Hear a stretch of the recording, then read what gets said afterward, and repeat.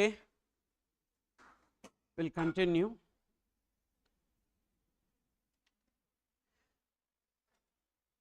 And one request to all of you, like whenever I am taking the class, if you have any doubt, it will come. First lecture and all, it will not be there, but second, third class and all, you will get lot of doubts. You just mark those doubts and keep. So in the break time, as I am giving you this 15 minutes break and all, during the break time, you get your doubts clarified. So please don't raise your doubts during the lecture, because then that will waste the time, and because of that the batch gets extended. I don't want to do that for that reason, because it's a fast track batch. Now we have a time constraint for that reason. Okay, done. Even online students also, so just post your queries immediately after the break time at frequent intervals. I will clarify your doubts, and usually when the concept gets over only, all those doubts gets clarified. Okay, in the mid and all, and you see like you will not able to understand anything. Fine. So continue with this input tax credit. See, this input tax credit and zero rated supply, these are the two concepts which you need to know in this segment 1, but others and all is not there. Just put a tick to this input tax credit and zero rated supplies. These are the only two areas which you need to read, and remaining and all not required. And in this input tax credit already we completed. So what is the meaning of input tax credit? GST paid on inward supply can be availed as ITC and utilized for payment of GST on outward supply. Availment of credit means what? Taking credit, that is through 3B. Utilization of credit means adjustment or set off. Even IGST paid on import also can be availed as ITC. Just before I made a discussion with you, whenever we import the goods, what is the type of duties that we will pay? Customs duty we will pay, and GST also we pay. What GST? IGST. So we pay IGST, integrated goods and services tax, and that can be taken as credit. Even one more thing is also there, that is called a social welfare surcharge. On import, basically we pay three things here. On import of goods, I have already given there. On import of goods, we pay basic customs duty, social welfare surcharge, and IGST. So what is this basic customs duty? Basic customs duty is customs duty payable on every product that is imported, and social welfare surcharge is like your health and education cess you have now, this income tax, like that, an extra cess which is being levied.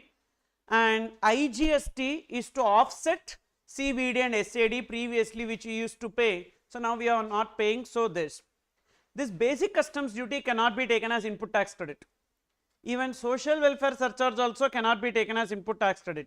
But this IGST we can take as input tax credit. Okay. So that is the point which I have given there. Basic customs duty and social welfare surcharge paid cannot be availed as ITC, but IGST paid on import can be taken as ITC. Then see the next one. This is a general principle. When my outward supply is taxable, I can take input tax credit on my inward supply. But when my outward supply is exempted, I cannot take credit on my inward supply.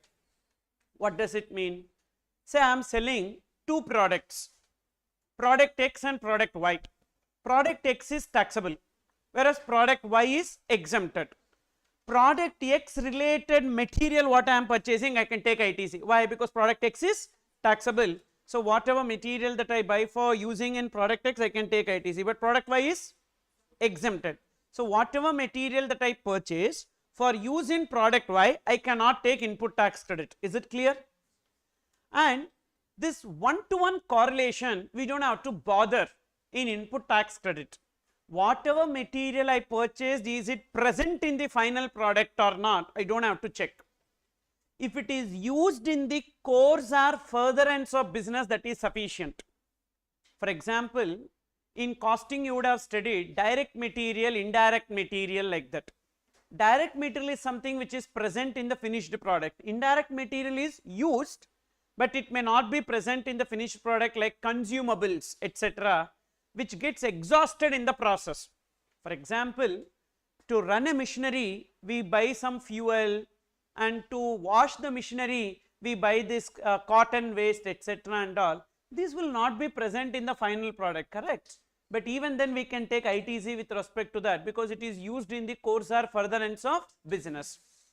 But the moment when you see exempted, go backwards and see what are all the inward supplies present in that exempted product. If outward supply is taxable, don't bother about outward supply. Whatever purchases you have made, is it used in the course or furtherance of business? Yes, take ITC. Otherwise, don't take ITC. Simple. But when the product is exempted, now start analyzing. For this exempted product, what are all the inward supplies I have used? Those inward supply used for the exempted product, I cannot take ITC. Is it clear? Then, what if I have inward supply which is commonly used for both taxable and exempted? I can take proportionate ITC, I cannot take full ITC. Okay. Then, what if the outward supply is zero rated? What is the meaning of zero rated supplies? Don't literally interpret. Not the rate is zero, that is not zero rated. So, it appears that zero rated means rate is zero is known as zero rated. Wrong, that is not zero rated. The burden of GST becomes zero, that is called as zero rated. When the burden of GST becomes zero, in two cases the burden of GST becomes zero. Concentrate. Export of goods or services, supply of goods or services to special economic zone. I am exporting some goods or services, or I am supplying goods or services to a SEZ, special economic zone. Now, I have two options. You please have a look into it in the zero rated supplies. The next discussion is that only, zero rated supplies, immediately below this input tax credit. What are the two things which are considered as zero rated supplies? Export of goods or services, supply of goods or services to SEZ. And I have two options. Option number one, I will pay IGST, and on export or supply to SEZ, on outward supply I will pay IGST. And whatever IGST that I pay, fully I will not pay out of my pocket. I already have some input tax credit. Using that input tax credit, I will pay. Now I will get the refund. So refund of what? Gross GST. For example, the gross GST is 8 lakhs. I have input tax credit 5 lakhs. How I have input tax credit 5 lakhs? To make this, I would have purchased something na. So 5 lakhs credit. And 8 lakhs is my liability. So 8 minus 5, I will pay 3 lakhs. But how much I will get as refund? 3 lakhs or 8 lakhs? 8 lakhs. See there, gross IGST I will get as refund. Gross IGST, that is 8 lakhs I will get as refund. What is the logic behind this 8 lakhs? Very simple. At the time of purchase, how much I paid? 5 lakhs. That also I am getting as refund. At the time of sales, how much I am going to pay? 3 lakhs. That also I am getting as refund, which means my tax burden is. So it is called as zero rated. Is it clear or not? As the tax burden becomes zero, it is called as zero rated supplies. Okay, option 1. What will happen in option 1? On outward supply, I need to pay IGST. And on inward supplies, I can take input tax credit and adjust against my liability. And how much refund I will get? Gross IGST I will get as refund. Whereas option 2, you see. Option 2, don't pay any IGST on export of goods or services or supply of goods or service to SEZ. Means export without payment of IGST, or supply to SEZ without payment of IGST, but under a bond or letter of undertaking. I need to execute a bond, or I need to execute a letter of undertaking. That is just like promise on you that I will pay if in case I defaulted, like that. Just a promise is letter of undertaking. Bond is like executing a bond with the government. Now, I will not pay any GST, but on purchases I will have some ITC. That I will get as refund. Fully, no, only on inputs and input services. Can you see that word? ITC availed on inputs and input services. So the inward supplies of a person is classified into 3: inputs, input services, and capital goods. Inputs means what? Any goods purchased and charged to P&L is known as inputs. Any goods purchased and capitalized is known as capital goods. Any goods purchased which is capitalized is called as capital goods. Any goods which is purchased and not capitalized, means charged to P&L, is known as inputs. So now they are not telling which should be capitalized, which should be charged to P&L. GST law is silent. Now you go by your accounts. So the accounting policies and the accounting estimates only will prevail here. So GST law is silent. So unless it is given as capitalized, it will not become a capital good. So it will become inputs only. You got it? Capital goods means those which are capitalized in the books of the person who is purchasing it. When he will capitalize as per accounts. So you have learned now. So we have different standards and the Ind AS which says that when you need to capitalize it, you take this borrowing cost concept. In that they will say till the asset is ready to use, all expenses you need to capitalize to that asset. Correct? Which means you buy some spare parts for that asset, even though those spare parts may be useful for 1 year, less than 1 year, but it is purchased for the purpose of putting that asset to use, ready to use, means you will capitalize there. Means even though in nature it is raw material, nature it is inputs, but as you have capitalized that in the books, so it will be treated as capital goods for GST purpose. Are you understanding this? Then next, why we need to know about the difference between inputs and capital goods? Input service, no problem, any service which is received is input service. Why? Because see there, we will not get the refund on capital goods, we will get the refund of only inputs and input services, not on capital goods. Understood or not? When? Which option? Second option. Now you tell me which option is preferable, option 1 or option 2? Option 1 or option 2? Option? I will choose option 1. You know why? I will get even the capital goods credit as refund. How? I have a liability. I can use capital goods ka credit also for payment of liability. Now I will get full amount as refund. Means capital goods credit also I am getting as refund. So what, sir? Previously it was as input tax credit, now you are getting refund. Boss, if it is input tax credit, I can use it only for payment of liability, tax liability, that to GST liability. But if I have cash, I can do anything. I can use it for purchase of my raw material, I can use it for payment of salaries, or I can use it for my personal drawings. Correct?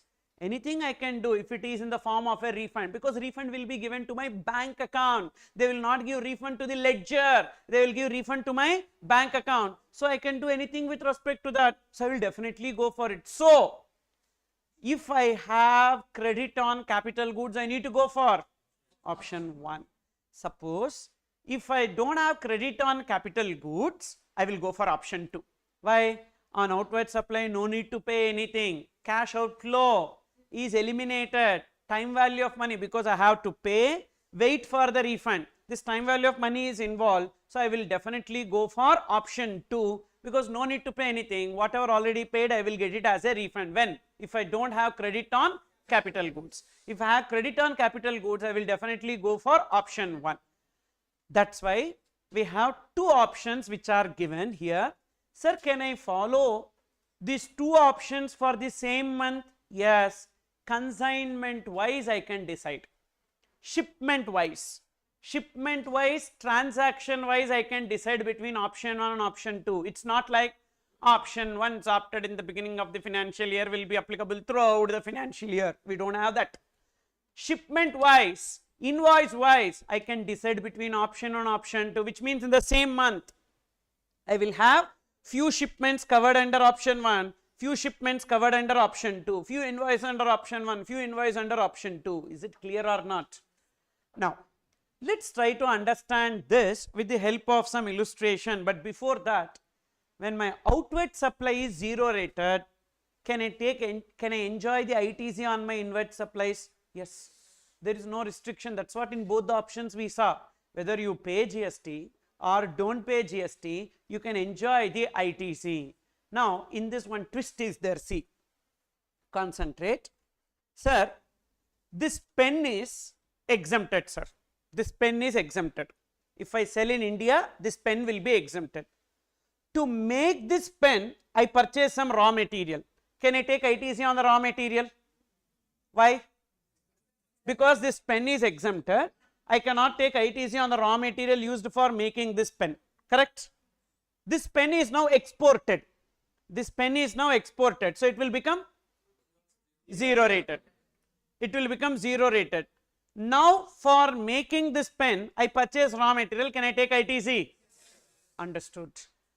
So it is a exempted product or a exempted service. Generally we cannot take input tax credit on the inward supply used in this exempted product or service. However, the moment this exempted product or service gets exported or supplied to SEZ, it will become 0 rated. The moment its character changes to 0 rated, whatever inward supplies that I have, on those inward supply used in this, I can enjoy the ITC. Are you getting this? Understood? So you just write down somewhere over there if you have the space. If exempted product, in the next page you have some space, there you write down. If exempted product or service is exported, if exempted product or service is exported,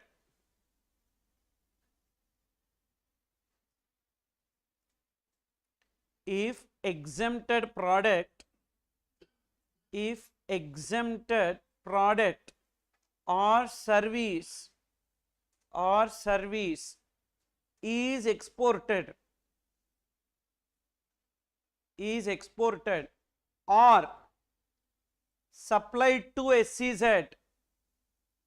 or supplied to SEZ comma, it becomes what? 0 rated, and consequently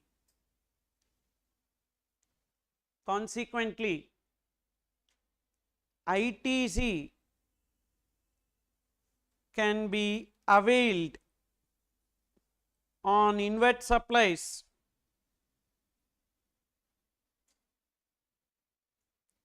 used for such exempted product or service.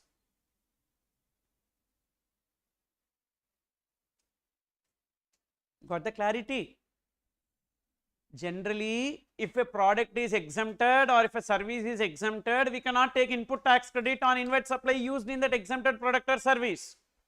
However, if that exempted product or service is exported or supplied to SEZ, it becomes 0 rated. When it becomes 0 rated, we can take the ITC on the inward supply used for that. This simple point many times is tested in exam, and we will do this as wrong in exam. Be careful. So generally exempted means we cannot take, but here what happens, it is exported, means we can enjoy the ITC, and even we will get the refund of that also, correct, provided it is option 1 or option 2, depending upon the option we will get. And this option 1, option 2 decided with respect to each invoice, decided with respect to each invoice. We can choose, either we need to follow option 1 or option 2, we can choose with respect to each invoice. In option 2 also, the burden will become 0, yes. On outward I am not paying anything, on inward whatever I pay, that I am getting as refund of ITC, so which means here also the burden becomes 0. That's why it is called as 0 rated, but 0 rated does not mean rate of GST is 0. Rate of GST is 0 is what you know? Nil rated. Rate of GST 0 is known as nil rated supplies. Nil rated supplies will come under the category of exempted supplies. Now look into this illustration 2. But this concept of 0 rated is important. In this chapter, first chapter, actually this will come in refunds chapter, but I gave it in the beginning itself, okay. So in your ICS study material, this will come in refunds under GST, but I gave it here itself, okay. So illustration 2, this kind of illustration you can expect for exam related to computation of refund, okay. Say this, ABC Private Limited is an exporter who is exporting some finished goods. The value of that finished goods exported is 8 lakhs excluding GST at 12%. And this exporter made 3 purchases: inputs, input services and capital goods. Inputs value is 1 lakh excluding GST at 12%, and input service is 50,000 excluding GST 18%, and capital goods excluding GST at 12%. These 3 things are purchased, and used in export. Now, what is the refund under option 1 and option 2? Okay. So, now for the time being you just close your book and look into the screen. We will do the calculation. Take your notebook. Answer I gave, but we will do once just to know as to how to arrive at the answer. What is option 1? What is option 1? Pay IGST and get refund of that IGST. Write that. Option 1. Option 1. Option 1 hyphen export upon payment of IGST, export upon payment of IGST and refund of such IGST. Export upon payment of IGST and refund of such IGST. This is option 1. Now, what is the gross liability? See the question. What is the gross liability? How much is the outward supply? How much is the outward supply of the exporter? 8 lakhs. On that 8 lakhs, what is the rate of GST? Gross liability means output tax, tax on outward supply. Okay. So, what is the outward supply? 8 lakhs. 8 lakhs into 12%. 8 lakhs into 12% is what? 96,000. So, write down gross liability in brackets 8 lakhs into 12%. Remember, pa, in exam, always you should show the workings as forming part of answer. So, that will be clearly given in the question paper itself. All workings should form part of answer. You know what does it mean? Whatever you do in your calculator, that you should write in the answer sheet. This 8 lakhs into 12% you do in calculator and you will write 96,000. But how that 96,000 you got, you need to write. Okay. All workings should form part of answer. Because of that also you will lose the marks. So, in brackets write down 8 lakhs into 12% equals to 96,000 minus input tax credit, minus input tax credit. What is the input tax credit that you have? First inputs. Inputs how much? 1 lakh into 12%. How much? 12,000. So, input tax credit underline and write down below inputs. Inputs in brackets 1 lakh into 12%, 12,000. In the outer column 12,000 or inner column, anywhere you can write. Then next input services, how much? 50,000 into 18%, that is 9,000. Capital goods credit also we can adjust, yes. Yes, capital goods credit also we can adjust. Capital goods, 1,50,000 into 12%, 1,50,000 into 12%, that is 18,000. Now, 12,000 plus 9,000 plus 18,000, 39,000. 39,000 you adjust from 96,000. Now, you will get one number balance. How much? 57,000. What is the name of that 57,000? Net liability or net GST payable. Net liability or net GST payable. That is not refund. That is a net GST liability. Now, how much is the refund that you will get? How much? 96,000 gross. You know what is the logic behind that 96,000? Simple. On sales, outward supply, how much you are paying? 57. On purchase, you paid 39. 39 plus 57, that only you will get, but they are telling gross IGST. Logic is this. But directly they are not telling whatever is your gross IGST, we will process the refund, because this refund is processed by customs department.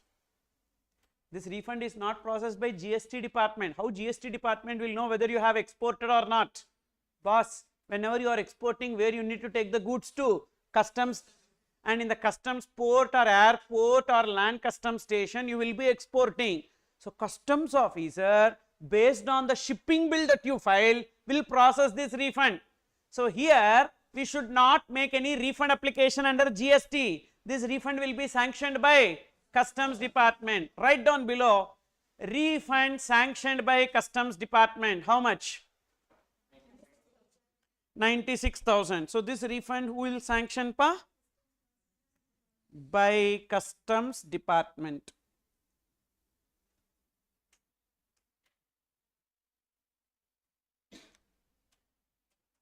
This is which option? Now option 2. Understood option 1 everyone? Then option 2. What is option 2? Without payment of IGST. Export without payment of IGST. Under bond or LUT. That is important. Without bond or LUT, if you export without payment of IGST, that is not considered. So therefore, you will end up paying the GST. So therefore, you should ensure that you are executing a bond or you are getting a LUT. Under the bond or LUT only you can make the export. What is the full form of LUT? Letter of undertaking. Bond normal. In a stamp paper you will execute. And for every bond and LUT there will be one number that will be given. So that number you need to quote. Okay. So at the time when you are claiming the refund. So export without payment of GST under bond or LUT and refund of what? ITC. And refund of ITC. Underline that. Now, what is your gross liability? 0. Why 0? Without payment of GST. So gross liability 0. Gross liability 0. Next line, refund of ITC with respect to what? All three are inputs and input services. Refund of ITC with respect to inputs and input services. Sir, why are they not giving refund of ITC with respect to capital goods? Because they want you to go for option 1.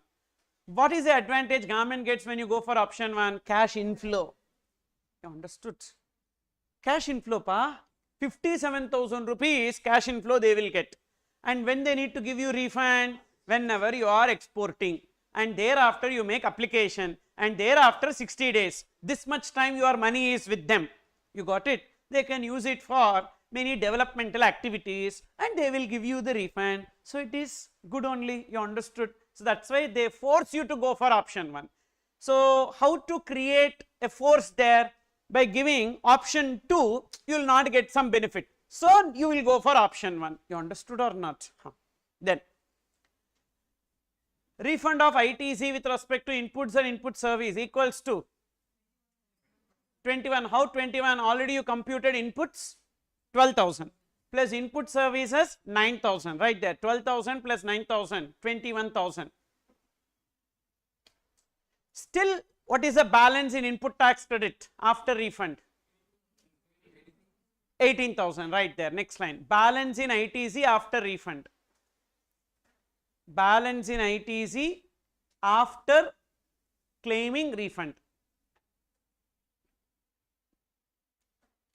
How much? 18,000. What is that 18,000? Capital goods related input tax credit. Now you tell me what you will do with that 18,000. It's in which place? ITC. So you will have some liability, correct? When you will get liability as an exporter, you may make a domestic sale, correct? And for the purpose of domestic sale, you can use this credit of capital goods. So therefore, this credit will be there in your ledger. Whenever you make some domestic supplies, you can use. Sir, what if I am not making domestic supplies at all? It will be there in your ledger forever. Life, no life. Infinite life. You understood? So generally in Indian mythology, there are some superheroes who will be called as, Chiranjeevis, like they will be staying alive for years, like that input tax credit, no death. It is also on Chiranjeevi, you understood or not? And whenever you transfer the business, ITC also gets transferred. ITC is called as an asset under mergers and acquisitions. So even ITC gets transferred. Only when you close down the business, ITC will die. Until that point of time, ITC will be alive. It's not like set off and carry forward in your income tax where in 8 years only you can carry forward, nothing like that. infinite life that will be there in your ledger. Once you avail it, you can keep it, okay. Then and therefore what you need to do in this case, conclusion, it is advisable to go for option 1. But what is the disadvantage in option 1? Time value of money, you have to pay that and you need to wait till the time you get the refund. Then there is another question here. What will be your answer if export turnover is 5 lakhs and domestic turnover 3 lakhs? In the first part we did the question answer computing everything as export turnover. Now there is a change. What is that? We have partly export turnover and partly domestic turnover. Possible? Yes. Then in that case we will see what will happen. Now write down another case. Give a heading partly export and partly domestic turnover. Partly export and partly domestic turnover.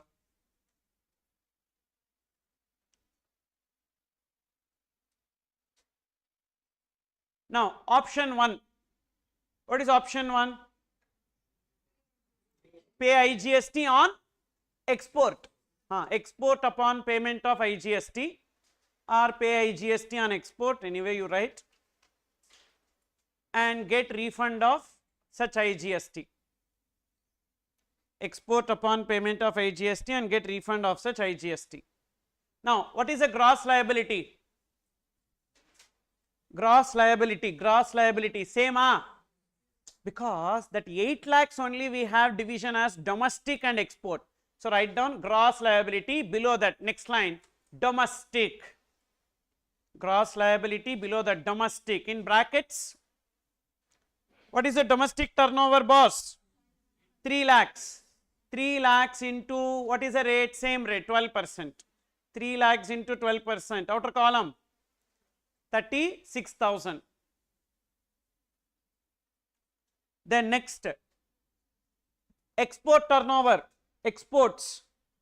What is the export turnover? 5 lakhs. And which option it is? Payment of GST. So therefore 5 lakhs into 12%, 60,000. So total 96,000, no change. Below that, input tax credit. Input tax credit, same 39,000, no change. Already we did in the previous computation, 39,000. How we got that 39? Already we know 12 plus 9 plus 18, 12,000 plus 9,000 plus 18,000. Net liability 57,000. Net liability 57,000. And below that write down refund. How much? How much? 60,000.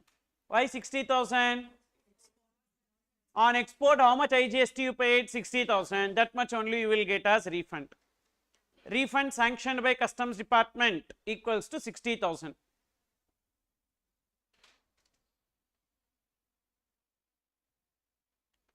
Refund sanctioned by Customs Department equals to 60,000. And see this interesting logic.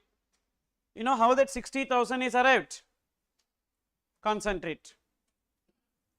How much you paid on purchases? 39. And this 39,000 is used for both domestic turnover and export turnover, correct? What is the ratio of export turnover to total turnover? 5 by 8. 5 is export, total is 8. How much? 39,000 into 5 by 8, 375. Then on outward supply, how much you are paying?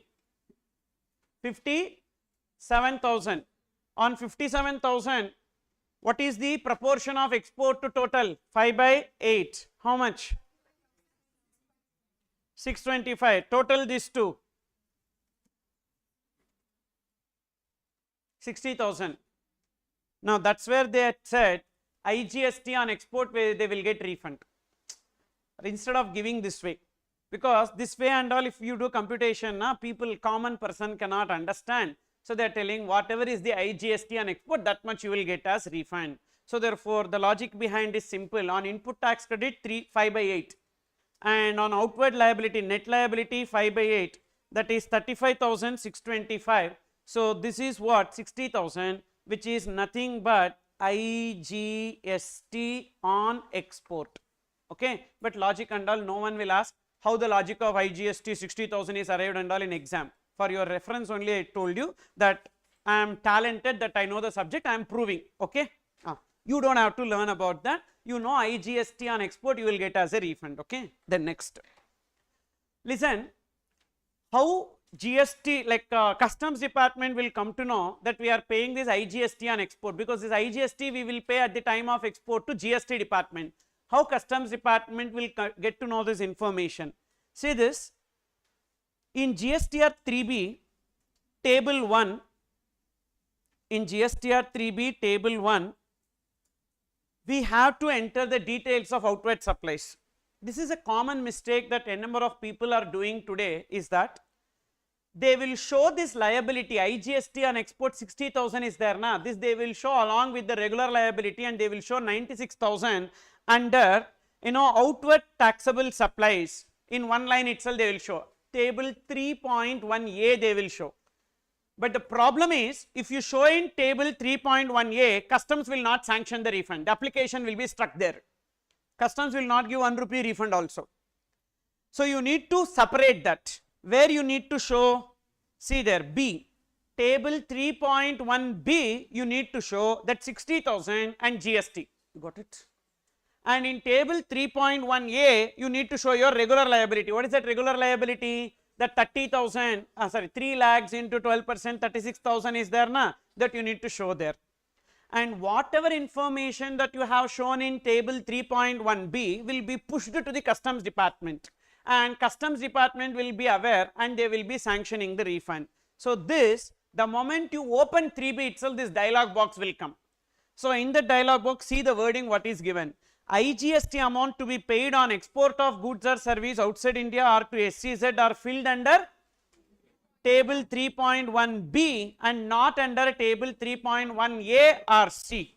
Suppose if you are filling there, you will not get, and whatever IGST amount filled in table 3.1b of GSTR 3b is either equal to or greater than, even in GSTR 1 we need to report that. Okay, see this, none of the export invoices shall be processed for transmission to ICE gate. So because customs, ICE gate is customs common portal, the full form of ICE gate is Indian Customs Electronic Gateway, Indian Customs Electronic Gateway, that is known as ICE gate full form. Okay, so this ICE gate is the customs common portal and GST common portal. From GST common portal the data will be transmitted to customs common portal. Got it? If you are not reporting separately, then it is gone, you will not get the refund. So but sir, I am telling you little bit of practical, little bit only, all these are just hardly 5% only. In regular batch and exam oriented batch more detail I will be telling, but fast track batch you don't need that from exam point of view. That's the reason why, wherever required only I will tell, otherwise not. But whatever I am telling also is not useful for exam, but for understanding little bit conceptually you need to know this, that's why. Next, option 1 finished. Option 2, option 2.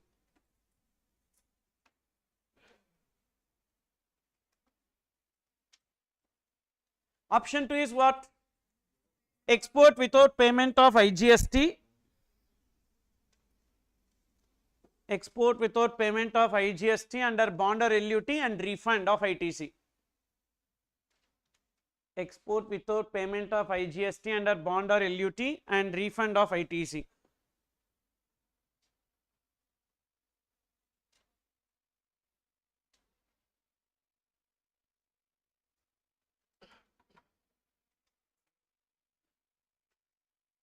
Now, so what is the gross liability? 36,000. On export 0, but on domestic it will be there, right there. Gross liability in brackets only on domestic, only on domestic, 36,000. 3 lakhs into 12%, 36,000. How much ITC you have? 39,000. Can we spend that 39 for payment of this 36? Why? No, Usage of input tax credit we can. Refund only on inputs and input services. I am not talking about refund now. I am talking about usage. Can we use input tax credit for payment of our liability 36,000? Yes, including capital goods. But what I told you is refund of capital ITC with respect to capital goods we will not get. But we can use the input tax credit for payment of liability minus input tax credit. How much is the input tax credit you have? 39. So we can use 36,000 for payment. Fully we can use. So net liability 0. Net liability 0. Now refund of ITC. How much we will get as refund of ITC? Full 21,000 we will not get. Why full 21,000 we will not get? Because that 21,000 is partly used for domestic and partly used for export. So we will get the proportionate. To what proportionate? 5 by 8. So calculate. Refund of ITC equals to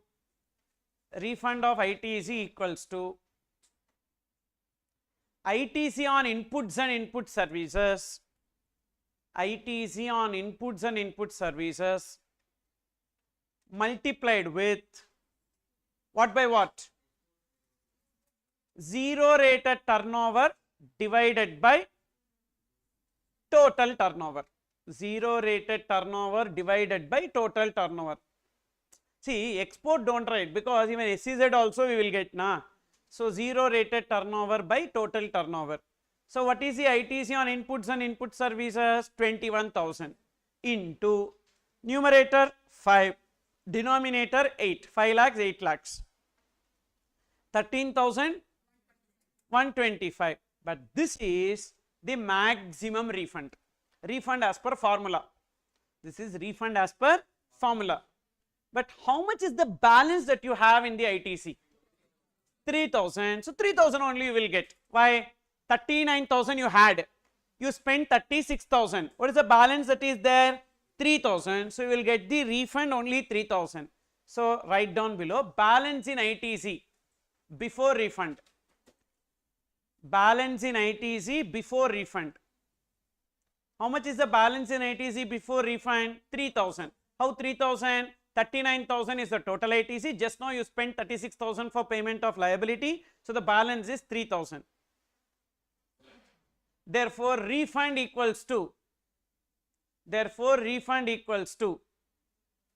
3,000. Why 3,000, sir? Even though you are eligible for 13,125, but you have only 3,000 rupees. It's like you have a debit card, and using the debit card you can withdraw 10,000 rupees per day in a ATM. You go to the ATM, you use the debit card and money is not coming. Why? There should be balance in your account. You understood? Balance in the account, how much is there? That much. If 100 rupees balance is there, how 10,000 will come? How many times you try also you will not get. So yes, you are eligible for a 10,000 withdrawal limit when if you have account balance. If you don't have account balance, who will give? Like that you are eligible for 13,125 as refund, but that is subject to balance in ITC. Why you don't have balance in ITC? Because you utilized it for payment of liability. No sir, I will not utilize it, sir. I will pay by cash and wait for the government to give refund. You will be a biggest idiot. Why? Pay by cash today and wait for the refund. No will do pa. So no one will do. Time value of money is involved na. That's one of the primary job of a treasury manager, to save the time value of money. So definitely no one will follow that. So if they have input tax credit, they will definitely try to use it.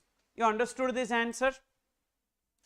Already I gave you all those things, but I made you write because you should know how in exam you need to approach that and arrive at the answer. For practice sake I gave you. Then open your book and look into page number 5.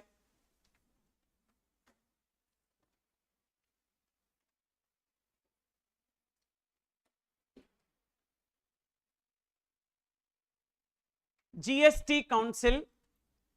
Again, this is not for exam, just for understanding purpose. GST Council is actually a decision making body, because GST is levied now by both central government and state government, which means decision making should be done by both. independently they cannot do the decision. For that reason they constituted one council, and in this council there will be union finance minister as well as state ministers, state finance ministers will be there. So how many states we have seen? 31 states. How? 28 plus 3 union territories with state legislature. So 31 state finance ministers will be there, and for 5 union territories one MP will be appointed who will be in charge of the revenue for these 5 union territories, one union MP plus union finance minister. So total 33 members will be there in the GST council, and the quorum is 50%, means 18 members should be there. 18, 33, half is what? 17. 17 members should be there in order to constitute a valid meeting, and chairman will be always union finance minister. In the absence of union finance minister, the union MP will become the chairman of the council, and prime minister is no way connected to the GST council. Even chief ministers are not in the GST council. So therefore tomorrow easily they will be telling we don't know anything about GST. In a way it is like creating a demarcation. So you go and ask Tamil Nadu CM anything about GST, he will simply say I am not looking into it, it's not in my domain. Okay, why? GST council. And who is there in GST council? State finance minister. That state finance minister, if he speaks anything, we will remove him and we will put some other finance minister. You understood? So nice liberty we have got. Okay, so this weighted votes, central government will be 1/3 vote and state government will be 2/3 votes. This is a weightage pa, because people should not think that central government completely have taken decision one side. No. See, today if any problem is there in GST, you should not blame union finance minister alone. We should blame all state finance ministers, because 2/3 weight is given for the decisions that they take. 1/3 is only for the union finance minister and union MP. 2/3 weight is given to state finance ministers. These people will simply say, we don't know anything, we went to the GST council meeting, we said but they did not listen. No, nothing of that sort will happen. So if they say they will listen, reason being these people are having the voting right, highest voting right, state governments. Then to take any decision, that to simple majority, again see, 3/4 weighted majority they are telling. So like a special resolution.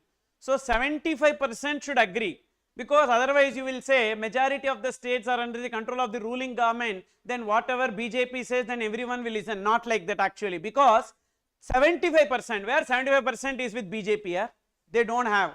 So even state finance ministers, it's not MPs. MP is different from state finance minister. State finance minister is MLA. State finance minister is MLA, not MP. MLA who has been given a ministry.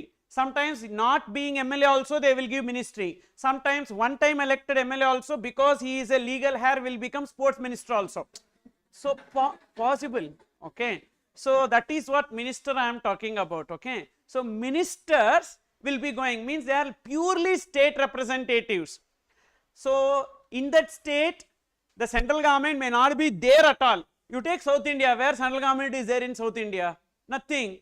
And there are many states in India where central government is not there in the states. So then those states finance ministers can definitely make representation there, because 75% is a majority that is required. Then other points, France became the first country to implement GST, and who recommended the GST? Dr. Kelkar task force, and effective date of implementation of GST is 1/7/2017. Then there is something called as GST network.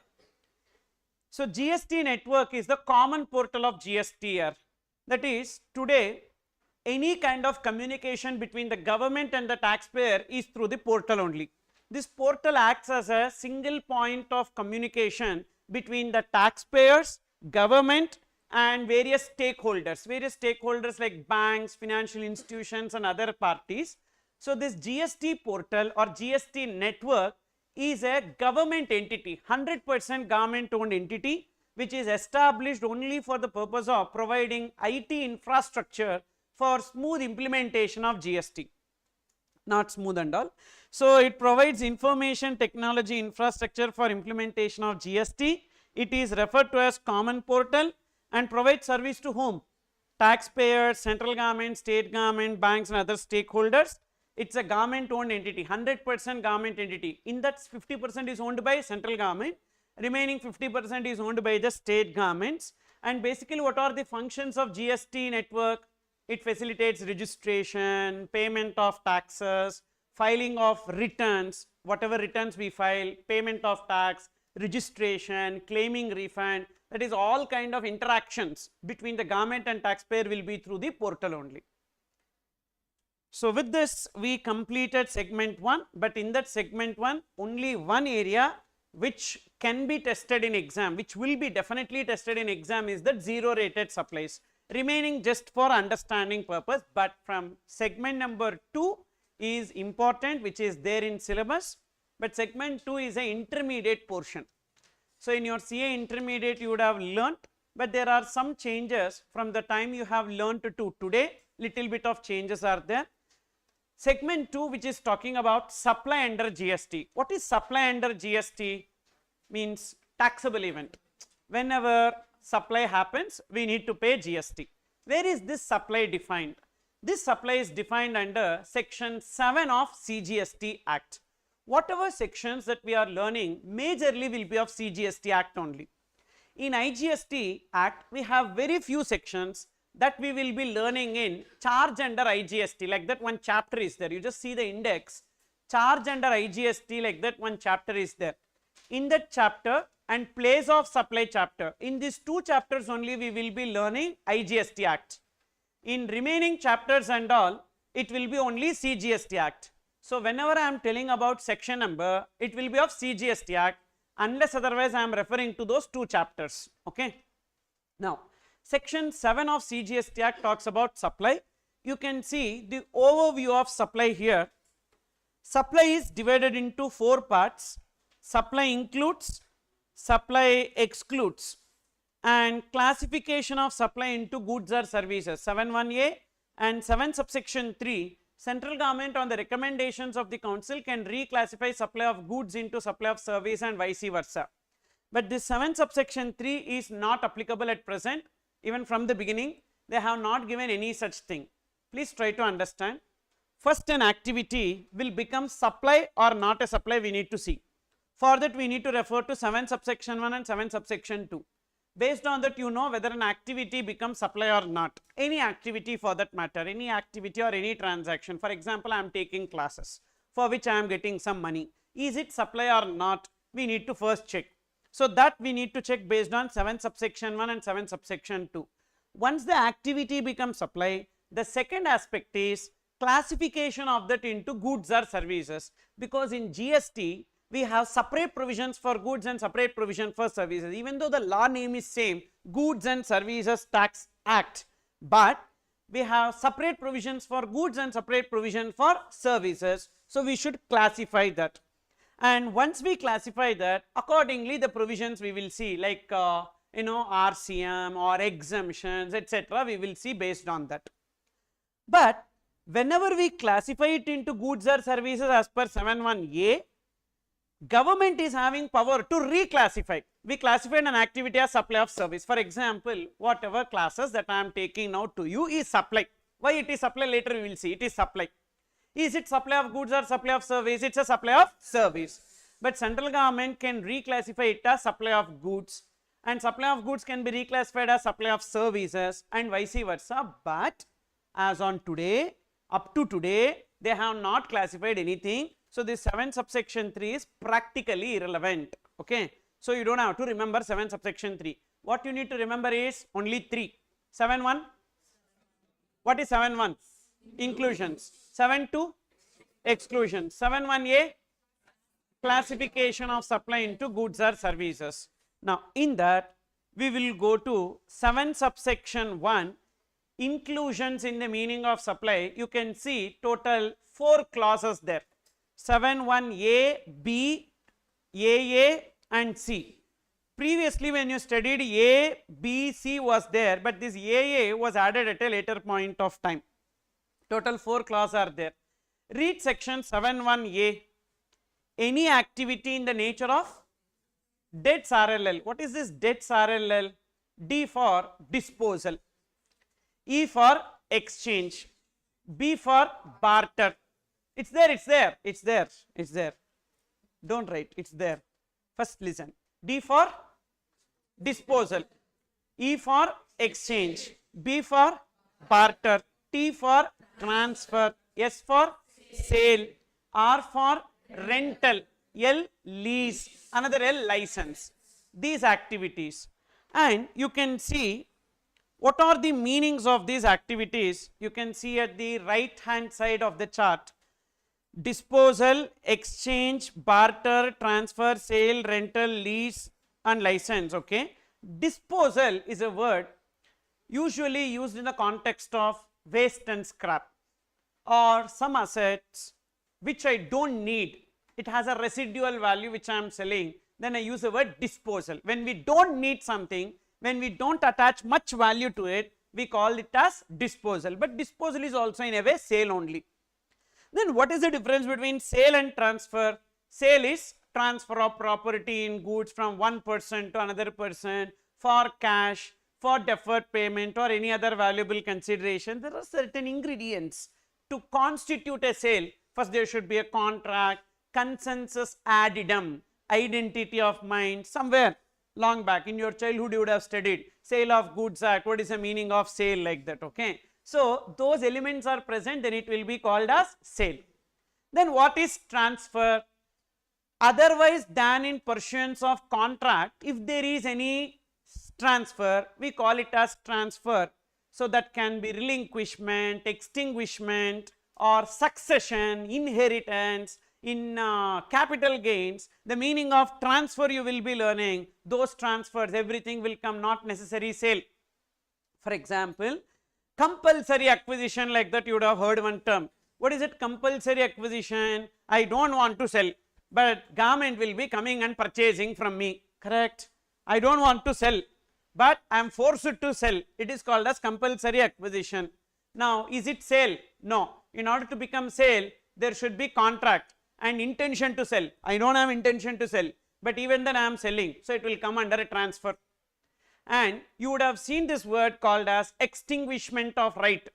That is, whenever the asset get damaged, fire accident, insurance company will come and take over that asset and they will pay the compensation. So we don't want to sell the asset. First of all, the asset itself is not there, the remains of the asset only they are taking. This is known as extinguishment or relinquishment. You understood? All these are called as transfers. Sale, transfer, disposal. Got the clarity about these three words? Then next, barter and exchange. Barter is also exchange, exchange is also exchange. Then what is the difference? In barter, there will be exchange of goods for goods, goods for services or services for services, but in exchange we will pay partly in cash and partly in kind. For example, you are buying a new TV and exchanging your old TV and paying the difference, that is only called as exchange. But barter is like literal goods for goods, services for service or goods for service. Then we have rental, license and lease. These three are used in the context of transfer of right, not transfer of title. For example, I have immobile property. I am giving you the right to use the immobile property. I will not call it as sale, I will call it as rental or lease.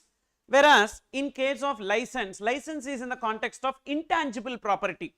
For example, I have a patent, copyright, etc., which I am giving you, not selling you. I am giving you, for which you will pay a royalty or license fee. That is this license.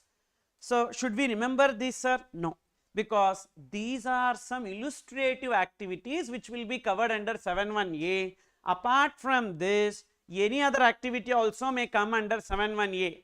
Any activity in the nature of these activities, you understood or not? Not these activities only, any activity in the nature of these activities. And two conditions are there in 7.1a. See there, for consideration in the course or furtherance of business, then only it will become supply under 7.1a. Now you tell me whether the classes taken by me for a consideration come under 7.1a. Activity taking class.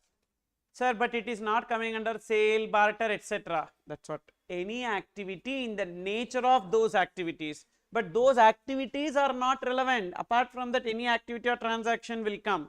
And is it for consideration? Yes. In the course or furtherance of my business? Yes. Therefore, it will become supply under 7(1)(a). And you are selling old newspapers. So, whatever old newspapers that is there in your home that you are selling, you got some money. Now, tell me, is it supply under 7(1)(a)? What is the activity? Sale of old newspapers. Consideration? Yes. In the course or furtherance of business? No. As it is not in the course or furtherance of business, it will not come under 7(1)(a). Same way, when you sell one old mobile through OLX, will it come under supply 7(1)(a)? No. Because you are selling for consideration, but not in the course or furtherance of business. What if the same sale of old mobile is done by a second-hand mobile dealer? Then it will be in the course or furtherance of business, therefore it will come under supply. So basically personal activities will not come under supply 7(1)(a). Understood? Then next, 7(1)(aa) you read and tell me what is the difference between 7(1)(a) and AA. 7(1)(a) and 7(1)(aa). AA is any activity or a transaction between a person other than individual and its members for a consideration. Both places for a consideration? Yes. 7(1)(a) is between two independent parties, but 7(1)(aa) is between a person other than individual and its members. Who is person other than individual? Company, firm, HUF, AOP, BOI, company, body corporate. You understood? Person other than individual. In income tax, you would have studied the assessee person definition. Apart from individual, we have lot of persons: HUF, firm, LLP, AOP, BOI, company, body corporate, local authority, cooperative society, artificial juridical person, like that, other than individual. And its members. Who are the members of HUF? Family members, Karta and the co-partners. And then, so who are the members of a firm? Partners. Who are the members of a company? Shareholders. Like that. Between the company and its shareholders or firm and its partners, if there is any activity or transaction, it will become supply under 7(1)(aa) if it is for a consideration. Now listen, previously also it was there under 7(1)(a). Under 7(1)(a) previously also we used to classify, but the problem was that how there can be supply between the self. Because company and shareholders may be different, because company has a separate legal existence. But the firm and partners, we cannot call as two separate persons, because firm is not having any separate legal existence. Then how can we say? That's why they added 7(1)(aa) in order to avoid the disputes and litigations. What they are telling, there is a partner. Say I am a partner in a partnership firm. I provide some services to the firm, for which firm will give me the remuneration. This remuneration will now become supply under 7(1)(aa), which means partner drawing salary from the firm is he required to pay GST. I did not say that. I did not say that. What I said is services provided to the firm against a consideration is supply. Then salary is also like that, na sir? No sir. Because salary and interest etc. which is collected by the partner is withdrawal of profit. Otherwise, why you do PFAs in income tax? Otherwise, why you talk about 40A, which says that this much only allowed book profits, this much percentage only allowed? Why all these calculations? Because you know that which is nothing but withdrawal of profits. And partnership firm, if you are taking, they have to pay income tax, and partners, if they are taking exemption limit, they will be getting. So due to that reason, you will withdraw the profits in the form of salaries to the partner. That's why they put a restriction under income tax, correct or not? So salary drawn by the partners is nothing but withdrawal of profit. There is no GST on that. Any withdrawal of profit, there is no GST. I invest something and I get a return on investment, no GST on that. Investment activity and return on investment, there is no GST. Please keep this in your mind. Got it? I invest in a business, I get the profit from that business. That profit is not supply, not chargeable to GST. So salary drawn by the partner from the partnership firm is also in the same line. But what is this, sir? If there is a separate agreement between the partner and the partnership firm to provide some services. For example, so you are a non-teaching person. I am a teacher. We both started one coaching center. You understood? I am a teacher, you are a non-teacher. You have money, I also have money. We both started a partnership firm, 50%, 50%, one coaching center. Done. Now, we both will do the business of coaching center. We get the profit and we share the profit equally. Plus, as we are looking after the business, we get the salaries also. You also take some 30,000 per month, I also will take 30,000 per month. Withdrawal of profit, not a supply. But I am taking classes now. You are not taking class, I am taking classes for which I should get some extra money. Yes or no? Now what I will do, I will make a separate contract with the partnership firm. And for number of hours I am taking the classes, I will take the money from the partnership firm. Yes or no? This money what I am getting will become supply under 7.1 AA as a teacher. Partner not in the capacity purely as a partner, but in their individual capacity provide services to the partnership firm and gets that money, that will become supply under 7.1 AA. You got it? Then another example, there is a company which is providing services to the shareholders by way of share transfer. Usually private limited companies, even public limited companies also, if they want to transfer the shares in some other person's name. Say for example, I want to transfer the shares in my name to my wife's name. So I cannot do it through stock exchange, because in the stock exchange, when I place the sell order and my wife places the buy order, there is no guarantee that I will only be selling to my wife, correct or not? So stock market we cannot go. Then what we need to do for transfer, we need to approach the company, and when I approach the company for transferring the shares from my name to my wife's name, so they will be charging me a share transfer fee. The share transfer fee which is charged to me is services provided by a person other than individual to its members. For consideration, it will become supply under 7.1 AA. Understood these two examples, pa? Then, so basically 7.1A, 7.1 AA both are same, but 7.1A is between any two parties, but 7.1A is between a person other than individual and its members. 7.1B you read. What is the difference between 7.1A and 7.1B? 7.1A is any activity, but 7.1B is only import of services. 7.1A and B both requires consideration, but 7.1A in the course or furtherance of business, but 7.1B whether or not in the course or furtherance of business. And 7.1A, you know, should be seen from the supplier point of view. Sale, transfer, barter, exchange, license, rental, lease, everything from supplier point of view. But import from whose point of view? Recipient point of view. So 7.1A we should see from supplier point of view, and 7.1B we should see from recipient point of view. Already I gave that in the next pages, okay? Just listen.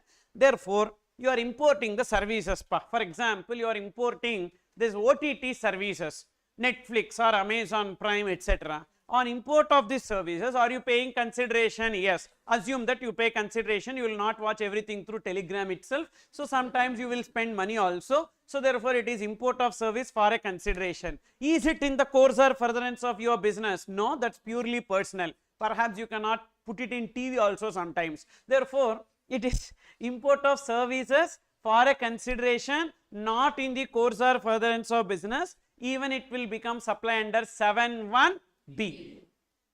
If it is for the course or furtherance of business, no doubt it is 7.1B. Even if it is not in the course or furtherance of business also, they are making it as supply and asking us to pay GST. You know why? Because there is a foreign exchange outflow.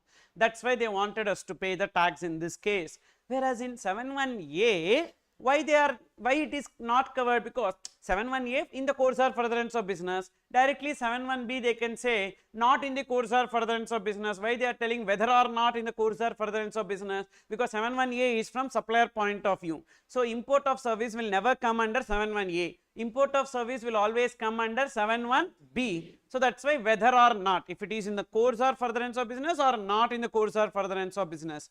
And next, why import of goods is not given here in 7.1C? Because import of goods is subject matter of customs, as it is covered under the levy of customs duty. Due to that reason it is not given here.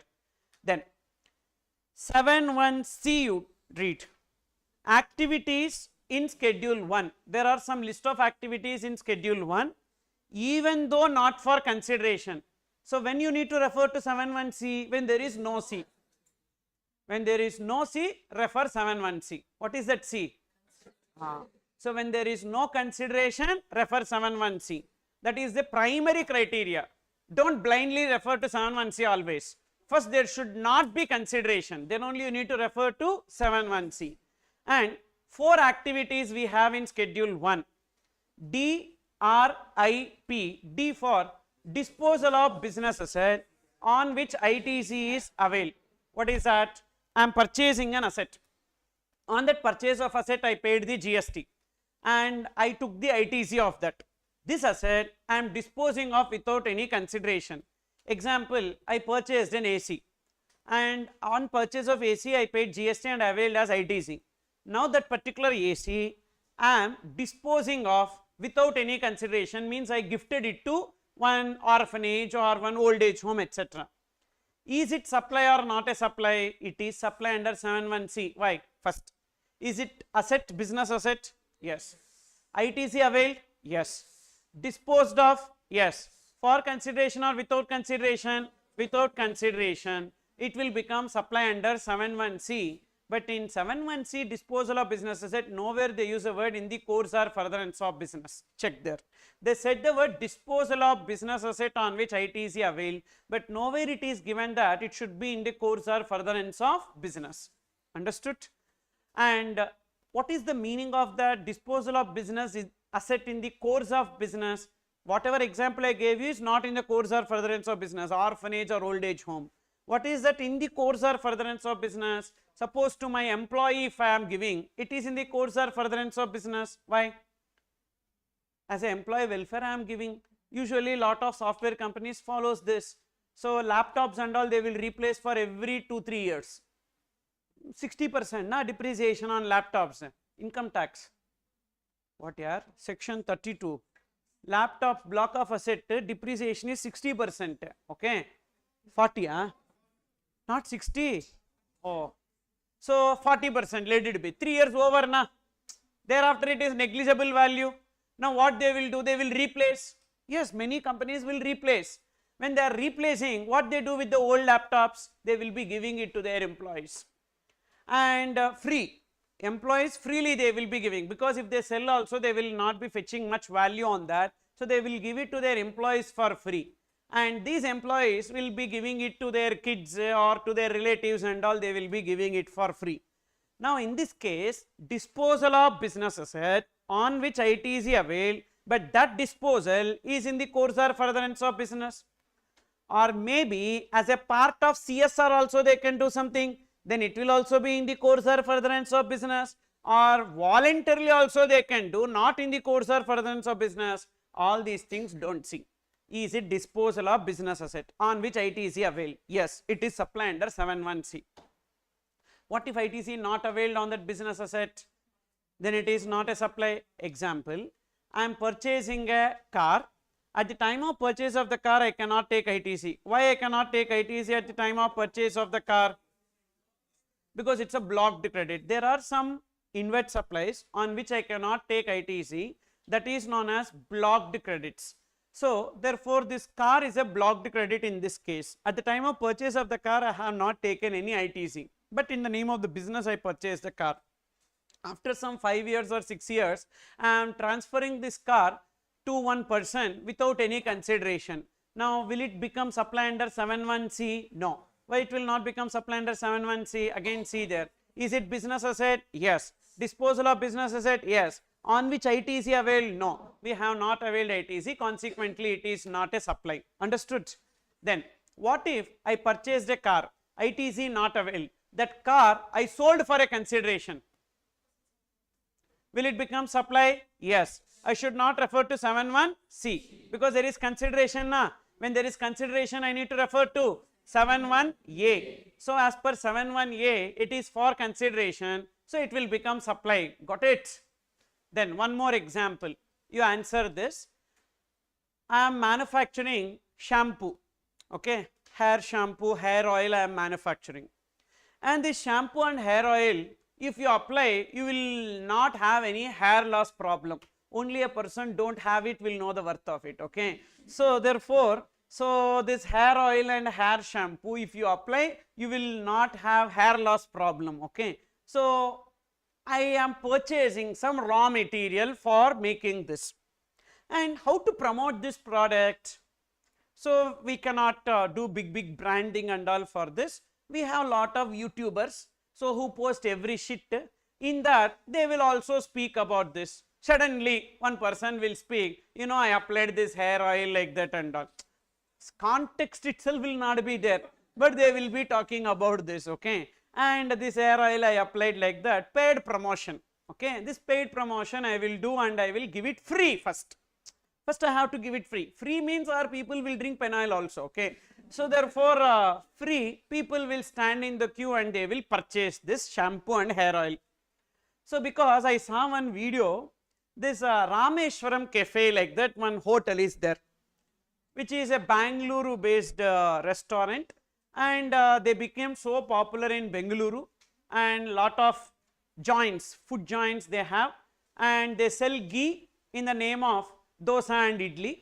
And so these people started a restaurant in Hyderabad. Freely they gave. Here crowd is crazy here. Lot of people are coming, standing. People came in car and they are standing and eating. Here you can come in car. For the car petrol you can put. So can't you wait for 2 days so that you can pay and eat? No, free. Free. Free means that emotion will come automatically. Free. So therefore freely I gave shampoo and hair oil, and people like got it. Now tell me, can I take ITC on the raw material purchase for this hair oil and shampoo? Huh? First, is it supply or not a supply? The shampoo given free to my customers free, is it supply or not a supply? 71A will come? No. 71C without consideration, is it disposal of business asset? Why shampoo is not my business asset? Then where I will show in my balance sheet? Inventory is not asset. Asset only, no. Inventory will show in asset only, na yaar. You will not show somewhere, no, in P&L. Asset only, okay. So inventory is asset pa. Therefore it is my business asset. Business asset am I disposing of? Yes. Whether ITC availed on this? Impossible. What I am purchasing is raw material. What I am giving free is finished goods. How can I avail ITC on finished goods? Because finished goods I make. If I buy this and give it for free, disposal of business asset on which ITC is availed will come. But I am making this shampoo and I am giving it free. So even though it is business asset, but ITC not availed on this asset. Whatever I dispose of, on that I should have availed the ITC. You got it? What I am disposing of? Shampoo. On that did I avail any ITC? No. What I purchased is raw material. So will it become supply or not a supply? No. You understood the meaning of disposal of business asset on which ITC avail? First there should be business asset, and that business asset is disposed of, and on that business asset ITC should be availed, and the business asset can be fixed asset or current asset. Then R for related party transactions, including transaction between distinct persons. So there are some parties who are treated as related parties. Between that related parties, if there is any transaction involving goods or services, that will become supply even though without consideration. And we have a related definition that we will see. Then distinct persons. One registration of a person to another registration is known as distinct person. For example, I have a registration in Tamil Nadu and I have a registration in Karnataka.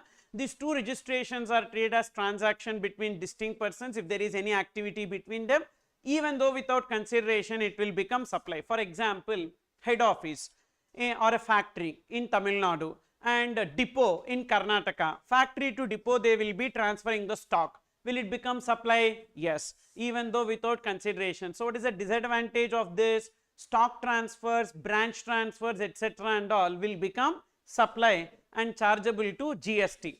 Of course, the other person can take it as input tax credit, but they need to adjust with their liability. Until that point of time, there is a cash outflow problem. You understood? Then next, we have DRI, I for import of services. Please compare import of service between 71B and import of service in 71C. What is the difference? 71B consideration, 71C without consideration. 71B import of service from any person, but 71C import of service is from a related person or another establishment located outside India. And 71B import of service whether or not in the course or furtherance of business, but 71C import of service should be in the course or furtherance of business. So that is the differences between this. Now please concentrate. Like say I want to start a mobile manufacturing company in India, because in India we don't have proper mobile manufacturers. Even it was there and they have shut down and left, and we have only foreign companies started doing manufacturing operations in India. But I want to make one Indian mobile, okay, made in India, purely, not make in India, made in India. So this made in India, say we can call it as pineapple phone, like that. Apple competition, pineapple, like that. And there are only two operating softwares across the globe, either iOS or Android. iOS will not give. I have to go for Android only.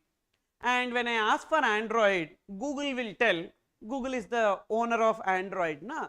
So what they will say, already we gave lot of Android softwares, so we don't want to give and create a competition for us, because we are also doing manufacturing.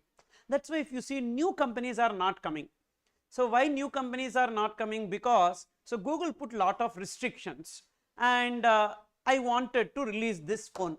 So now I will ask Google, no, I need this software, you tell me what are your conditions. Okay, you give us 60% stake in your company and we will give you software for free. Okay, take 60%.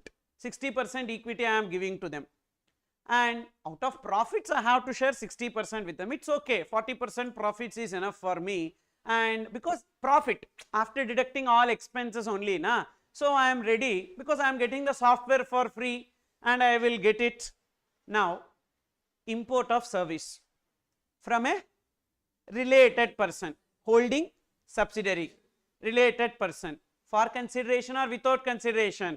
Without consideration, because I am getting the software for free, but indirectly there is consideration flowing from India to abroad in the form of share of profit. That's why they are telling it is supply under 71C. You got the clarity? Import of service without consideration from a related person. How? There will be flow of profit to them. You got it? So import of service without consideration from a related person, but is it in the course or furtherance of my business? Yes. So it will become supply under 71C. Then next, P for principal agent transactions. Any transaction between the principal and the agent, that is consignor, consignment agent, etc., even though it is without consideration, because when the consignment agent will pay consideration to the consignor, somewhere in foundation consignment chapter you would have studied, when the consignment agent will pay money to the consignor, only when the consignment agent sells it to a buyer, he will receive the money from the buyer and he will remit it to the consignor, correct or not? That too after deducting his commission. Until that point of time, consignment agent will not give money to the consignor. There is no consideration itself at the time when consignor send the goods on consignment to the consignment agent. That is the stupid reason why this goods sent on consignment we will show as closing stock in the final accounts. Okay, so because goods sent on consignment, instead of in our place, it is there in that place, and we will never show it as sales. So we will create a separate consignment account, we derive the profit, and that profit we will bring it to the final accounts for that reason only, because when you send the goods on consignment, it is not considered as a sale. So therefore, even though it is without consideration, but they are asking us to treat it as supply between principal and the agent. So tell me what are the four activities? DRIP, D for disposal of business asset on which ITC is availed. R, Related party transactions including transaction between distinct persons. I. Import of services from a related person or another establishment located outside India. Then in the course or furtherance of business. P. Principal agent transactions. When agent is acting on behalf of principal. Now you can see the summary of 7 subsection 1. There I have just given those differentiating points, like from whose perspective we need to see, etc. Page number 8. 7.1a from whose point of view, pa? Supplier. Any activity. Consideration, yes. In the course or furtherance of business, yes. And coverage, let it be goods or services. 7.1aa. 7.1aa is what? Any activity between a person other than individual and its members. Consideration, yes. Course or furtherance of business, yes. Point of view, supplier. Coverage, goods or services. 7.1b, import of services. Consideration, yes. Course or furtherance of business, may or may not be, yes or no. And point of view, recipient. Coverage is only services. Whereas 7.1c, DRIP, in that all these 4 cases consideration is not there. For D, whether or not in the course or furtherance of business. But in the other 3 cases, it should be in the course or furtherance of business. And everything should be from supplier point of view except import of services. And coverage, disposal of business asset. Business asset is what? Goods. Then related party transaction, both goods and services. Import of service, specifically services. Remember, principal agent transaction only for goods. We don't have services here. Principal agent transaction without consideration will become supply only if it is goods. If it is services, we will not have. Okay. So this is about 7 subsection 1 inclusions. Then look into 7 subsection 2 exclusions. So actually you need to first check 7 subsection 2. Whether an activity is excluded from the supply or not. If the activity is excluded from supply, then it is not a supply. Not a supply. And suppose if the activity is not excluded from supply, then you need to check 7 subsection 1. If it is covered under 7 subsection 1, it is supply. If it is not covered under 7 subsection 1 also, then it is not a supply. So when an activity will not become supply, 2 cases. If it is covered under 7 subsection 2 or not covered in 7 subsection 1. Okay. Now 7 subsection 2 exclusions, the list of exclusions is given in schedule 3. There are 3 schedules pa. Schedule 1 talks about list of activities will become supply even though without consideration. So whenever you are referring to 7.1c, you need to write read with schedule 1. So keep this in mind or you write down. So these are the references we need to give properly when you are writing, because they expect at CA final level. See, intermediate portion and all, you should be so thorough with section numbers. With section numbers. So because when you are writing in the exam, they expect you to be proficient in that. That's why. So section 7.1c is schedule 1. What is that schedule 1? List of activities,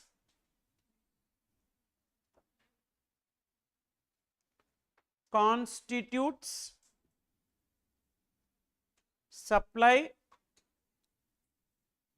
even though without consideration.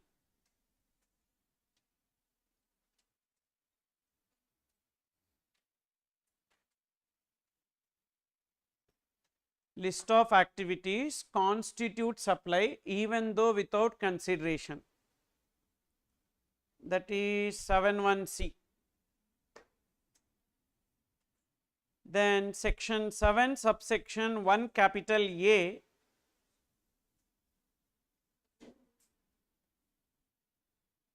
read with schedule 2.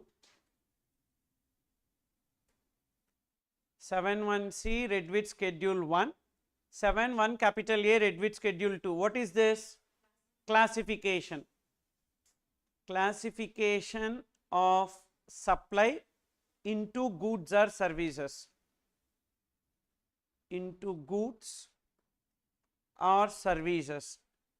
Then section 7 subsection 2 read with schedule 3.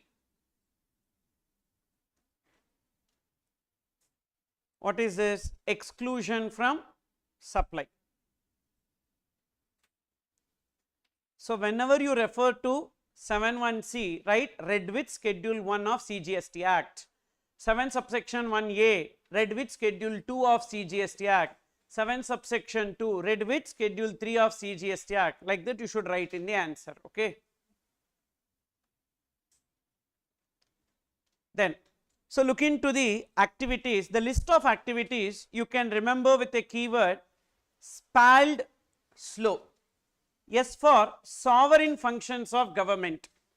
See, these activities are excluded from supply. Sovereign functions of government.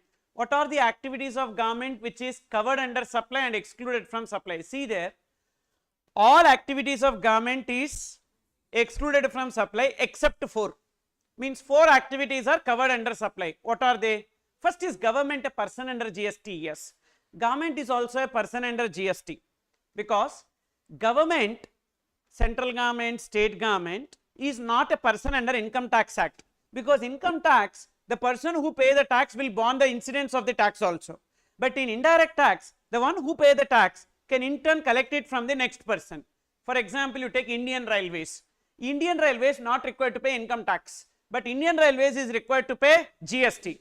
Because the burden is not on Indian Railways, in turn they will collect it from the passengers and the traders who transport the goods through Indian Railways. You got it? So government is also a person under GST, but not all activities of government is covered under supply.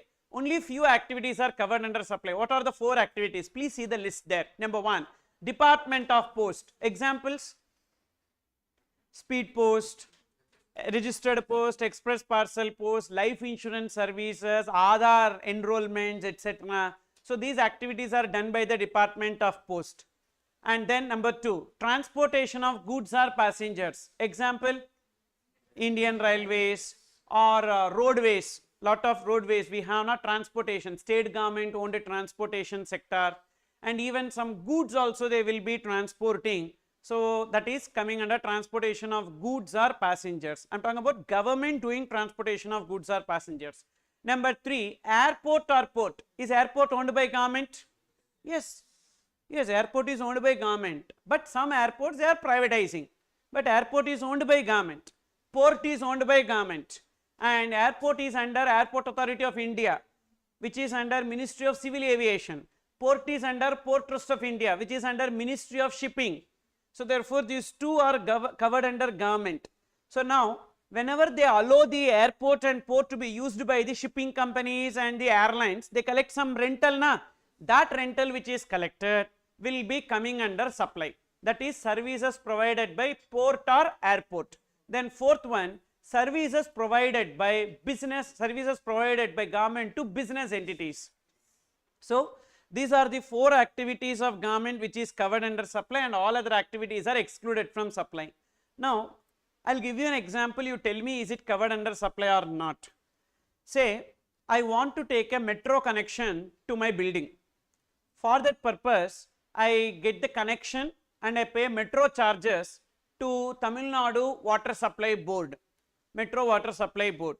Now these charges, water charges what I pay for my house, is it covered under supply or excluded from supply? Why? Is it Department of Post, transportation of goods or passengers, airport or port services, services to business entities? That's why it is not a supply. Had I taken this metro connection for my office building and I pay the charges, then yes, it will come under services to business entities. Same way, I am applying for a driving license. I have to pay some charges, not below the table, above the table. So these charges which I pay to RTO, is it covered under supply or excluded from supply? Excluded, because it is to other than business entities. Suppose if a company purchases a car and registers that car in its name, they have to pay registration charges to RTO. Whether this will be coming under supply? Yes. Why? Services to business entities. Is it clear? Then I go to post office to send a greeting card to one person, speed post. Now in that case, will it become supply or not a supply? Supply. In case of Department of Post, don't see business entity or other than business entity. Even in case of transportation, don't see. Airport or port, don't see. Only in case of other services, you see whether it is to business entities or not. Apart from this, for all other activities of government is excluded from supply. Understood, boss? Then P, posts, that is government post, constitutional post and nominated posts. Government post means what? MLAs, MPs, so they get some remuneration from government. On that, are they required to pay GST? No. Won't it become salary, sir? Definitely not. It will come under IFOS. It will not come under salaries, it will come under IFOS. Somewhere in intermediate you should have studied. So therefore, it is not a salary. If it is salary, anyhow no GST, because see the E point, employee to employer in the course of employment. Can you see that? E. Employee to employer in the course of employment. So salary is not chargeable to GST, it is excluded. Already they are paying enough of income tax here. Everything we add, na, allowance, perquisite, this, that, like that. So everything we are adding and they are paying. And again, if you ask them GST, no, on their expenditure also there is GST. How much they will pay? Already on salary they pay income tax. On their expenditure they are paying GST. Again, if you charge GST to them, they all will become terrorists here. You understood? So therefore, there is no GST on salaried employee. But this MLAs, MPs are employees. No, they are not coming under employee category. So that's the reason why whatever money they receive will not come under salaries. It will come under IFOS. Then let them pay GST, na sir. No, they are. How can you charge them? They are sacrificing their life for the sake of people of this country. So you cannot ask them to pay. So therefore, government post, no GST. You understood? Whatever money they get, they don't have to pay GST on that, okay? Because they are working for the people, public, okay? That's right. Then constitutional and you are becoming a MLA is superb. How much do you think one MLA will get in Tamil Nadu per month? 6 lakhs including perquisites per month. More than a 20-year-old experienced CA, okay? So 6 lakhs including perks to one MLA in Tamil Nadu. Amazing remuneration. Only 5 years their tenure will be, but they know how to come for the next 5 years also. And so whether you are winning or losing, your government is winning or losing, your party may be ruling or not, you get. You understood? So MLAs are paid that much of remuneration. And this amazing job it is. MPs also, superb they will be getting. And government post, no GST on the top of that. Then constitutional, example, constitutional post, President of India, Governor of the state, etc. and all. Then even we have this Chief Justice, like that some constitutional posts are there, na, collector. So on these posts and all, whatever remuneration they receive, no GST. Usually these ruling parties, some old people will be there in ruling parties who will not be fit for anything. And those people, like say BJP, some old party members of BJP who will not be fit for anything, if they speak and all, people will troll. They will be sent as governors to some state like Telangana or Pondicherry, like that. So they will be sending them as governors and pay some remuneration to them. That is not chargeable to GST, excluded from supply. So government post, constitutional post. Then nominated post. What is nominated post? Government will have a body or board. The head of that body or board will be appointed by the government. Example, you take this RBI, Reserve Bank of India, will have a governor. Who will be appointed? Like who will appoint the governor? Central government. Yes. SEBI, Securities and Exchange Board of India, will have a chairman. Who will appoint? Government. And then even you take this NFRA, government representation is there, na? NFRA, the boss to CA, You understood? CA Institute has done lot of overaction and they torture all the students. Curse only they are getting now in the form of NFRA. Okay. So this NFRA will have government people as nominees, nominee directors, etc. So those people, and then there are lot of government companies in which government representatives should be there as directors. We call as nominee directors.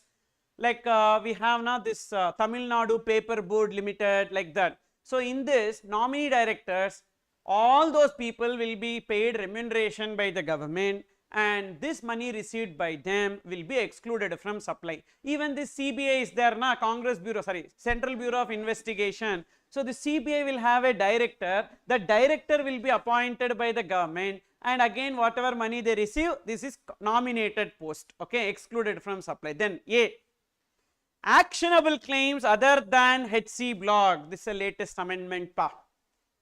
Actionable claims other than specified actionable claims. Listen, sir, what are the specified actionable claims, sir?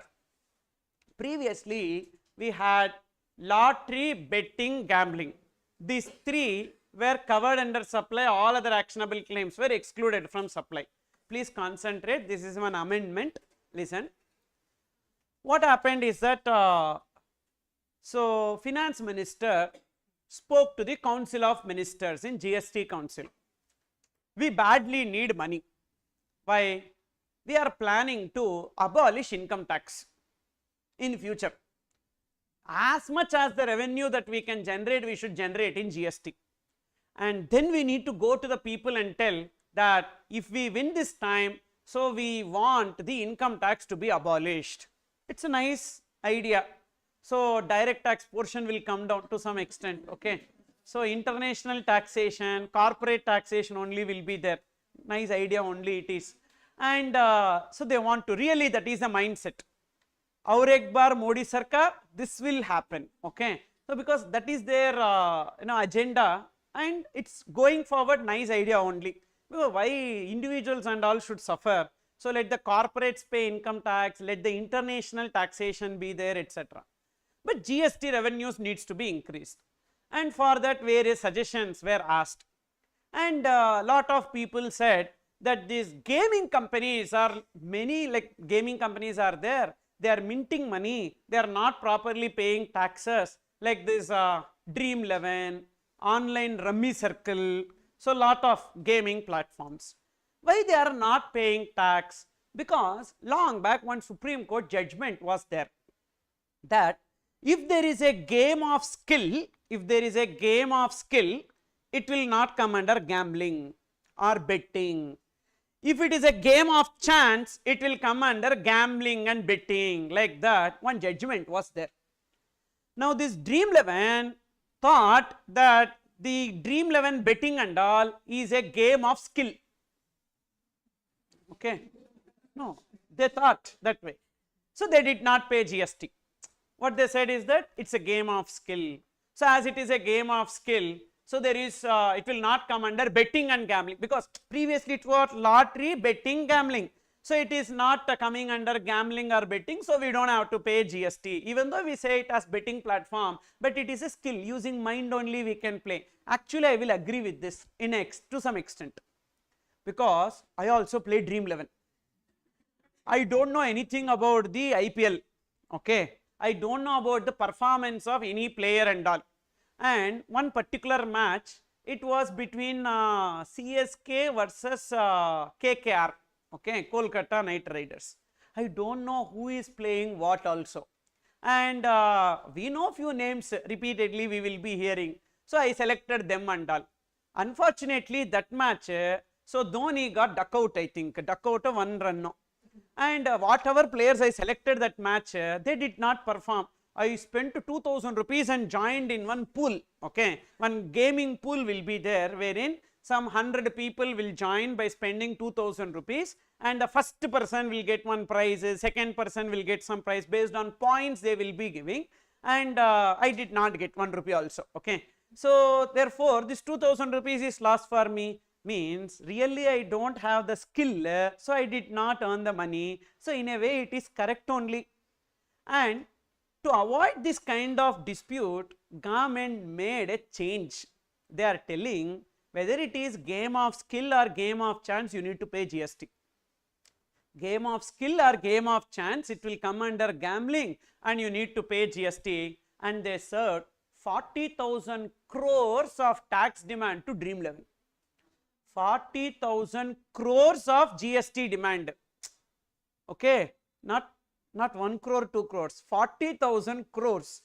And why? From 2017 till 2023, they did not pay 1 rupee GST also. So therefore, they have been charged. And like that, a number of companies. So total, they have shown some 8,50,000 crores of GST demands were served on gaming companies. 8,50,000 crores. Okay, that much of GST demand for 5 years, because we have 74 section. They invoked 74 section. 74 talks about demand and recovery. In the demand and recovery, which says that last 5 years tax payment, you can give a notice today to do the recovery. So they invoked the 74 section and they have given the orders like notices to all the people's gaming companies. And right now it is in litigation and all. So mainly they wanted to create a huge revenue for which they want to bring in many people into this ambit. That's where they amended the definition and they are telling actionable claims other than specified actionable claims. Previously lottery betting gambling was there, they removed that, and they are telling actionable claims other than specified actionable claims are covered under supply. Sorry, excluded from supply, but specified actionable claims are covered under supply. What are those specified actionable claims? H, C block. H for horse racing, C for casinos, B for betting, lottery, online money gaming, and G for gambling. Okay. Now, what is the difference between online gaming and online money gaming? Here only online money gaming is given, but not online gaming. What is the difference? Sir, you play a game, and to play the game you spend money is online gaming. Example, so you download a game, and to play the game you may have to pay money. For example, Minecraft, not this cracked version, so genuine version, paid version. So there are a lot of mobile games and desktop games, you need to pay money to play the games, and it may be freely downloadable, but as you progress the game, you may not have sufficient weapons or sufficient currency, gems, etc. to cross the level. You need to upgrade. For example, this Sniper 3D, like that one game is there, shooting game, okay, and even PUBG also. So in these games, what will happen is that you need to upgrade the weapons. To upgrade the weapons, you need some coins, and those coins are gems and all you will not be having. So now an offer will come, 199 rupees, one AK-47 plus 200 gems will be available, like that, okay. So people like me, what they will do, 199 rupees only, no, buy, like that. So I will buy, and I will get the AK-47. For 199, really we will not get AK-47. The shooting games and all, very much important in our life. You know what? Because we can see the other person whom we hate in that, and we can shoot and we can vent out our anger. I will play those games a lot, okay. So you also try this so that you will feel relaxed, okay. So you keep ICI or some other your principal, etc. and all, and you try, you visualize that they are there, headshot, like that. So that head will go out and the blood and all will ooze. Catharsis, in psychology it is called as catharsis. So in a way, so that you will not get BP, other problems and all. You should do this, yes, really. Mainly because otherwise you all will become psycho killers, okay. Too much suppression should not be there in your mind. You should vent it out. And therefore, these games, AK-47, whether we will get 199 rupees, really, no, na. So in this way we will get, we spend, this is online gaming. Online gaming, we spend to play that game. Online gaming, service, not at all actionable claim. So it's a pure service, it is called as OIDR service. It is called as OIDR service, please write down there. Online gaming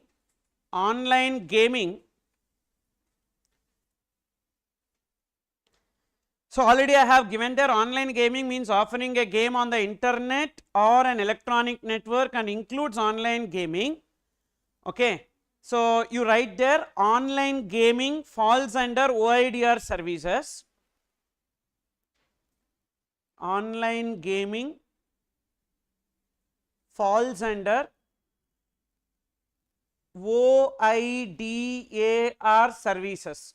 What is OIDR services? Online Information Database Access and Retrieval Services.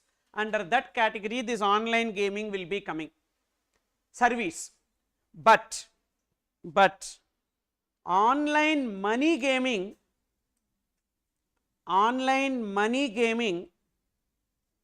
treated as what? Treated as specified actionable claims. Specified actionable claims and falls under goods. Falls under goods. That's why I asked you to write. Online money gaming will be classified as goods or services? Goods. Online money gaming is classified as goods, but online gaming is classified as services. Sir, okay, online gaming I understood. Sir, I gave examples of Minecraft, GTA Vice City, and then these are all some games which we spend money to play the game. Lot of PS games, PlayStation games, Xbox games and all, we spend money to play the game. It's gone where the days, CD and all, now nothing. Previously and all, we used to buy CD, put it in the, now nothing of that. Server, everything is through server only, Xbox, PlayStation and all, through server only we will be playing. Spend money and play. Piracy they are also controlling, you understood. So you cannot do anything with respect to that, because even if you download the cracked version, they will ask you to run it through the server. And running it through the server, they will tell it is a cracked version and it will not work, okay. So therefore, we spend, and you don't know, people will spend 5,000 rupees, 10,000 rupees and all to play one game. Yes, you spend for video lectures, they spend for games, you understood or not? Therefore, this online gaming it is. Online money gaming. What is online money gaming? Wherein you spend the money with the intention to earn the money. You spend the money and play the game with the intention to earn the money. That is known as online money gaming. You understood? So all these betting games, lot of betting games are there. This Rummy Circle is one betting game. Then even that what is that, Dream 11 is a betting game. And you know, Ludo, like that one. Ludo also they do betting.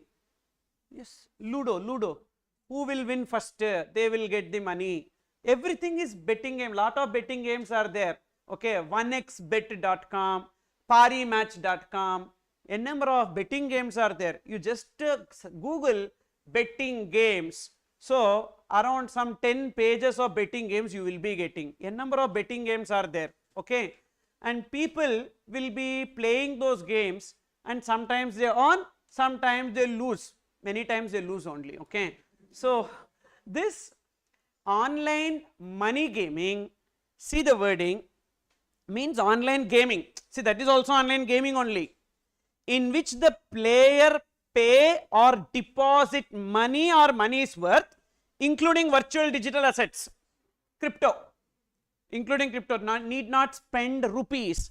They can spend even the crypto also, like Bitcoins or Ethereum coins or Doge coins or Raven coins, anything they can spend to play that.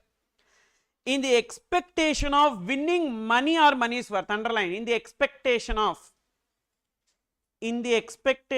winning money or money's worth, including virtual digital assets, in any event including game, scheme, competition or any other activity or process, whether or not its outcome or performance is based on skill or chance or both. Okay, let it be game of skill or game of chance. We will not know all those things. You spend money with the objective of earning money, winning money. So it's an online money gaming. Whether the same is permissible or otherwise under any other law. Wow. Even if it is illegal, you play, but pay tax to us. You understood or not?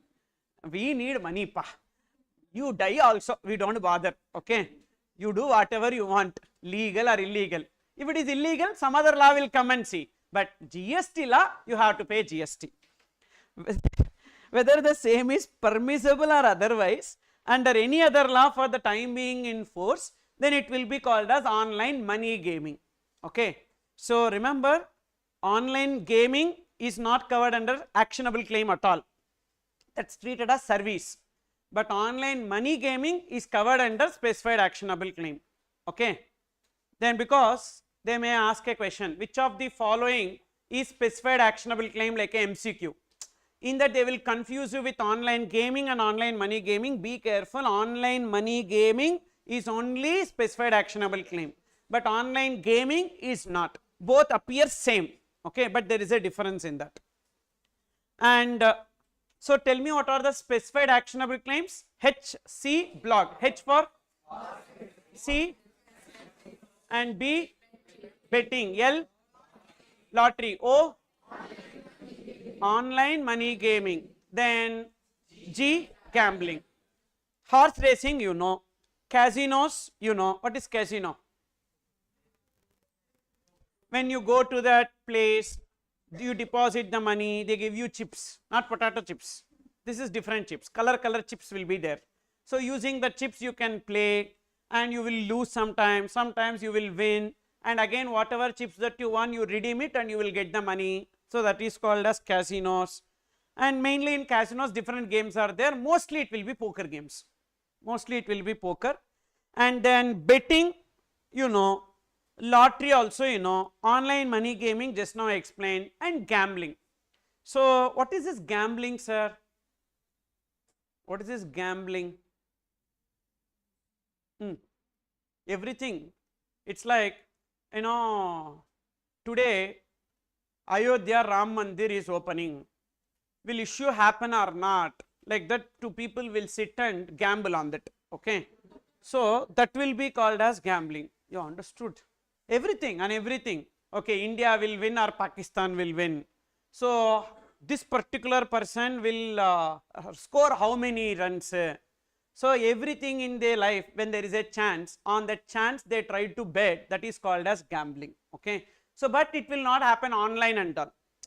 It will be happening offline between the parties. That is what gambling. So here all these are specified actionable claims, but sir, no one will know this now, sir. Of course no one will know, but if it is known, they will collect GST. You understood? So that's what they said, na, legal or illegal. If they come to know that there is a money involved in that, they will collect GST. So up to this we will stop. Specified actionable claims, A point, and the remaining aspects we will continue in the afternoon session, and we will meet at 2:15 pa. Okay. And for today alone, 1 hour break I am giving, but going forward 45 minutes is enough. Enough, no? Because again afternoon I am giving a break, that's why. Okay.